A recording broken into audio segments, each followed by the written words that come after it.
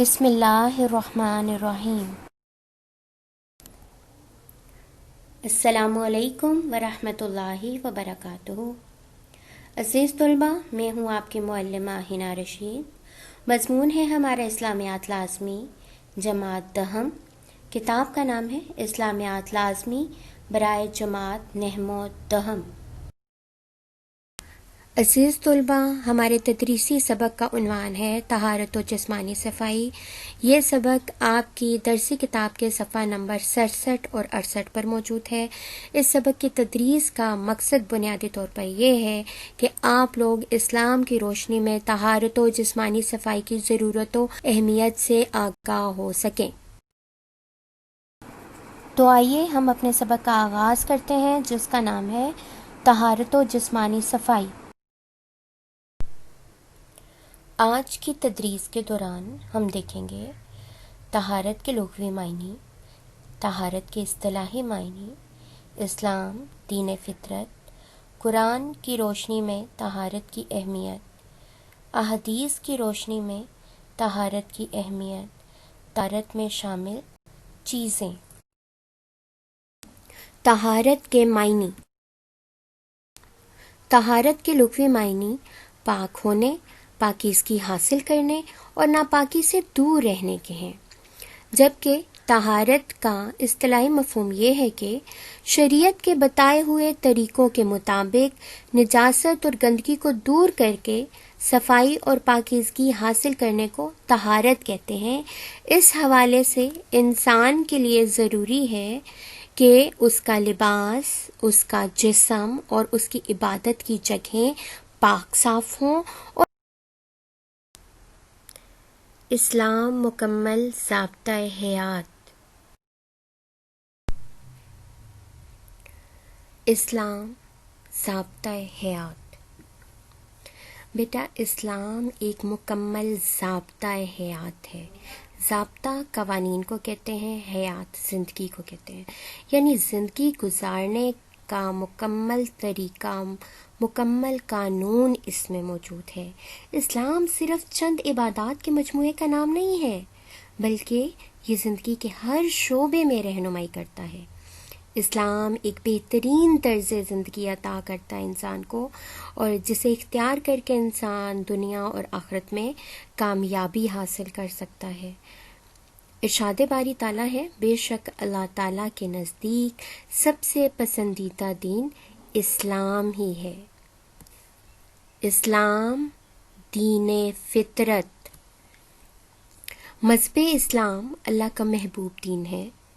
اسلام امن اور سلامتی کا دین ہے، اور یہ انسانی فطرت کے عین مطابق ہے، کیونکہ جو انسان بھی پیدا ہوتا ہے وہ اسلام کی فطرت پر ہی پیدا ہوتا ہے۔ اسی انسانی فطرت کی طرف قرآن مجید نے اشارہ بھی کیا ہے، اپنا منہ سب سے موڑ کر دین کی طرف کر لو، یہی وہ فطرت ہے جس پر خدا نے انسان کو پیدا کیا ہے۔ بیٹا، اصل میں اسلام کی کوئی بھی معاملہ، کوئی بھی احکامات، کوئی قانون ایسا نہیں ہے جو فطرت کے مطابق نہ ہو، یعنی انسان کسی حال میں بھی ہے تو وہ اس پر عمل کرنے کی قدرت رکھتا ہے۔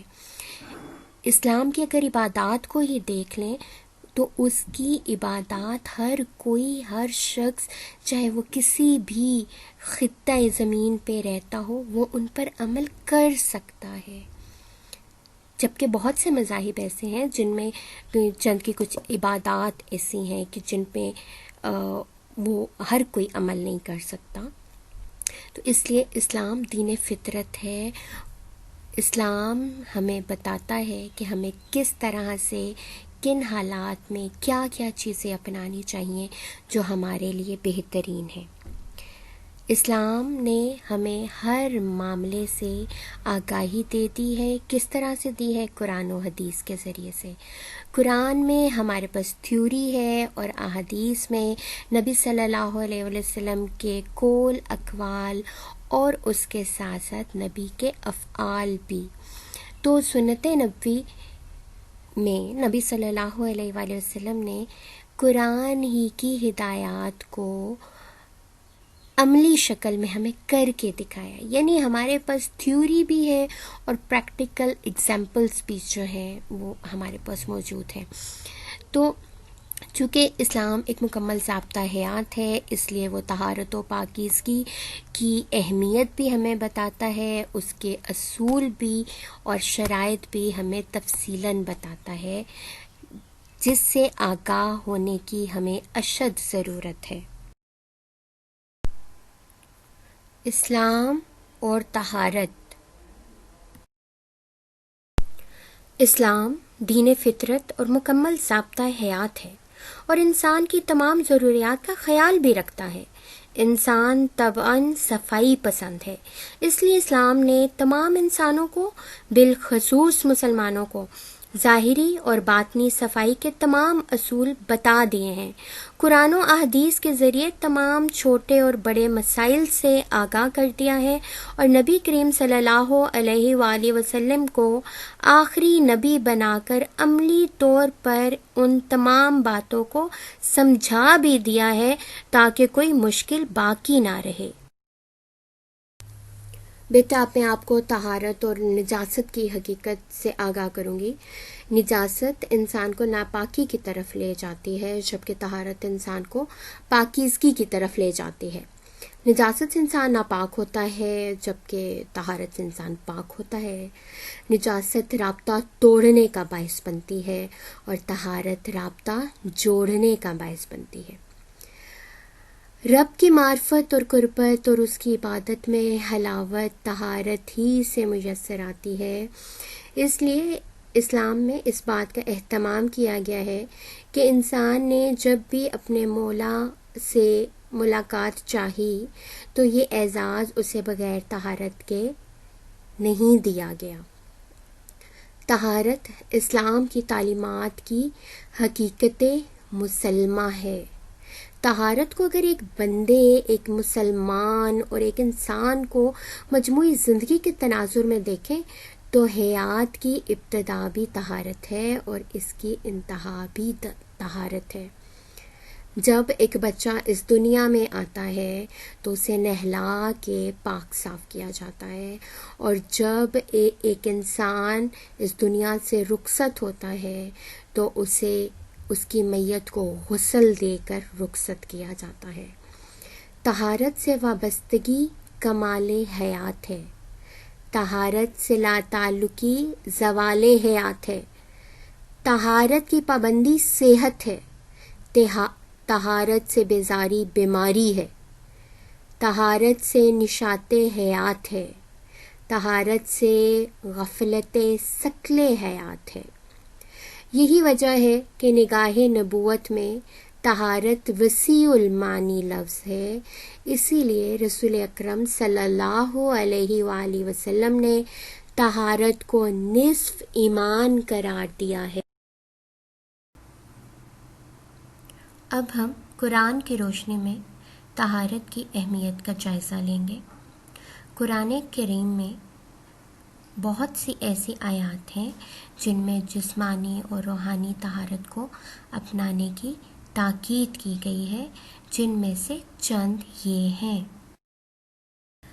سورہ بقرہ میں ارشاد ہے، ان اللہ یحب التوابین ویحب المتطہرین.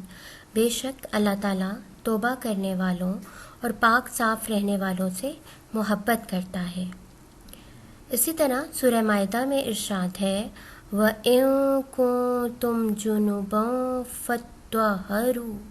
اور اگر تم ناپاک ہو جاؤ تو نہا دھو کر پاکی حاصل کرو. سورہ توبہ میں ارشاد ہے، فِيهِ رِجَالٌ يُحِبُّونَ أَن يَتَطَہَّرُوا وَاللَّهُ يُحِبُّ الْمُطَّہِّرِينَ. ان میں ایسے بھی لوگ ہیں جو پاک صاف رہنے کو پسند کرتے ہیں اور اللہ تعالیٰ پاک صاف رہنے والوں سے محبت کرتا ہے. سورہ مائدہ میں ارشاد ہے، ما یرید اللہ لیجعل علیکم من حرج ولکن یرید لیطہرکم وَلِيُتِمَّ نِعْمَتَهُ عَلَيْكُمْ لَعَلَّكُمْ تَشْكُرُونَ۔ خدا نہیں چاہتا کہ تم پر کوئی تنگی رکھے، بلکہ وہ تو چاہتا ہے کہ تمہیں پاک صاف کر دے اور تم پر اپنی نعمت پوری کر دے تاکہ تم شکر ادا کرو۔ یہ تمام آیات اس بات کی وضاحت کرتی ہیں کہ اللہ تعالیٰ کے نزدیک وہ لوگ محبوب ہیں، اللہ تعالیٰ انہیں پسند کرتے ہیں جو لوگ طہارت کا خیال رکھتے ہیں۔ احادیث کی روشنی میں طہارت کی اہمیت۔ حضور اکرم صلی اللہ علیہ وآلہ وسلم نے فرمایا، الطہور شطر الایمان، صفائی ایمان کا حصہ ہے۔ اسی طرح نبی کا ارشاد ہے، نماز جنت کی کنجی ہے اور طہارت نماز کی کنجی ہے۔ نبی صلی اللہ علیہ وسلم نے فرمایا، 4 چیزیں انبیاء کی سنت ہیں: حیا، نکاح، خوشبو لگانا اور مسواک کرنا۔ حدیث نبوی صلی اللہ علیہ وآلہ وسلم ہے کہ اللہ تعالیٰ طہارت کے بغیر نماز قبول نہیں کرتا، یعنی طہارت ہوگی تو نماز قبول ہوگی۔ عبادات کی قبولیت کے لیے طہارت شرط ہے۔ اسی طرح حضرت محمد صلی اللہ علیہ وآلہ وسلم نے فرمایا، ہر مسلمان پر اللہ کا حق ہے کہ 7 دنوں میں ایک ایسا دن ہو کہ جس میں وہ اپنے سر اور بدن کو غسل دے۔ مثال کے طور پہ سردیوں کے دنوں میں اکثر لوگ کافی دنوں تک نہیں نہاتے، تو انہیں بھی 7 دنوں میں ایک دن ضرور نہا لینا چاہیے، اور اسپیشلی جمعے کے دن کو غسل کرنا بہت افضل بھی ہے اور مسنون بھی۔ اور جیسے گرمیوں کے دنوں میں اگر آپ کو گندگی اور بدبو کا اور پسینے کی بدبو کا احساس ہو رہا ہے تو آپ روز نہا سکتے ہیں اور دن میں 1-2 دفعہ بھی نہا سکتے ہیں، لیکن پانی کو اعتدال کے ساتھ استعمال کریں۔ حدیث نبوی میں منہ کی صفائی کی تلقین بہت واضح انداز میں یوں بیان کی گئی ہے کہ اگر میرا یہ حکم امت پر گراں نہ ہوتا تو میں انہیں ہر نماز کے وقت مسواک کرنے کا حکم دیتا۔ اسی طرح بالوں کی صفائی کا حکم حضور اکرم نے کچھ اس انداز میں دیا ہے کہ جس کسی کے بال ہوں تو اسے چاہیے کہ وہ ان کی دیکھ بھال کرے، یعنی انہیں بنا کے سنوار کے رکھے، ان کی صفائی ستھرائی کا خیال کرے۔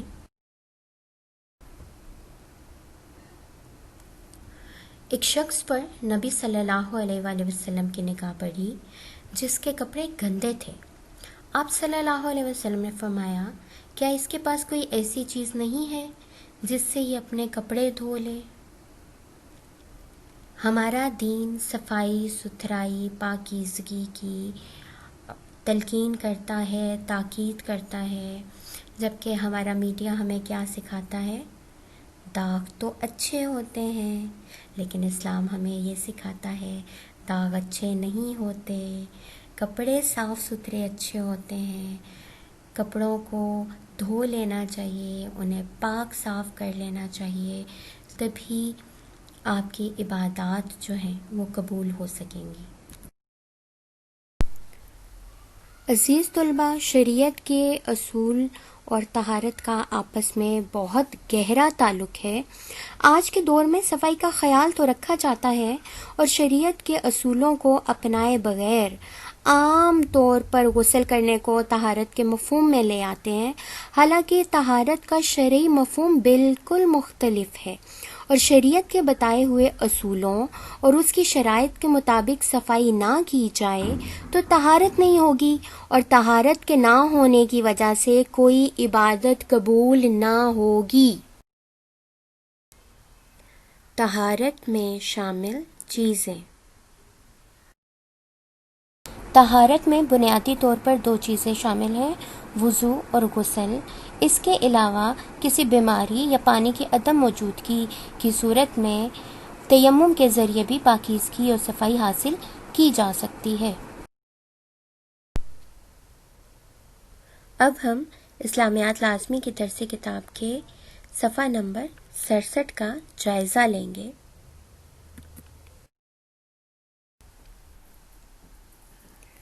طہارت اور جسمانی صفائی۔